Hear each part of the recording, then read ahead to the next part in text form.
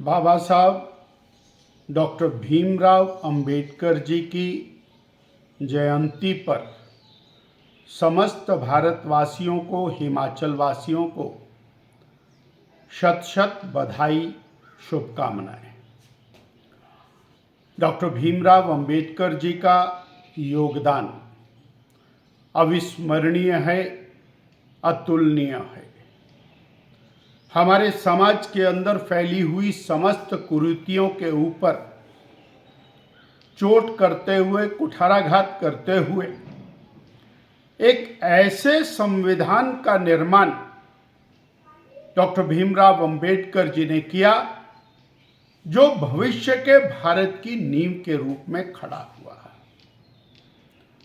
उन्होंने बड़े स्पष्ट शब्दों में कहा, शिक्षित बनो, संगठित हो और देश के हित में विचार करो, देश के हित में काम करो। जो राष्ट्र प्रथम की बात आज माननीय मोदी जी करते हैं, उसी बात को उन्होंने अपने शब्दों के अंदर प्रचारित प्रसारित किया। बड़े कष्ट के साथ कहना पड़ता है कि भारत की वो महान शख्सियत जिन्हें आज़ादी के तुरंत बाद जो सम्मान मिलना चाहिए था, वो तात्कालिक कांग्रेस की सरकारों ने वो नहीं दिया। आदरणीय पंडित जवाहरलाल नेहरू जी ने डॉक्टर भीमराव अंबेडकर जी के दो चुनावों में उनके खिलाफ जाकर के प्रचार किया और भरपूर कोशिश की कि वो पार्लियामेंट के अंदर सदस्य के रूप में ना रह सके। माननीय नेहरू जी की कैबिनेट से डॉक्टर भीमराव अंबेडकर जी को इस्तीफा देना पड़ा। उन्हें भारत रत्न का सम्मान सर्वप्रथम मिलना चाहिए था, पर 1990 के दशक तक नहीं मिला, जब श्रद्धेय अटल जी अडवाणी जी ने उनके भारत रत्न के लिए और प्रयास करते हुए भारत रत्न दिलवाया। और भी कष्ट की बात यह है कि जो संविधान उन्होंने प्रस्तुत किया 1975 में, श्रीमती इंदिरा गांधी जी ने देश में आपातकाल लगा करके उस संविधान को परिवर्तित किया, उसकी मूल भावना को बदल दिया।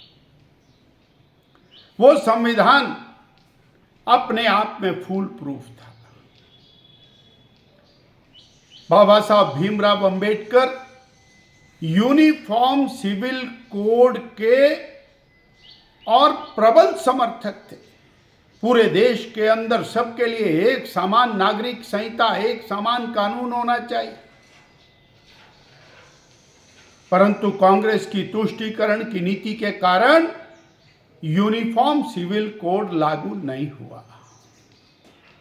यानी वो विचारक, दूरदृष्टा, समाज सुधारक और समाज के दलित वर्ग के उत्थान के लिए जिस प्रकार से उन्होंने अपना जीवन होम किया, आज हम उनको कोटि कोटि श्रद्धा सुमन अर्पित करते हैं।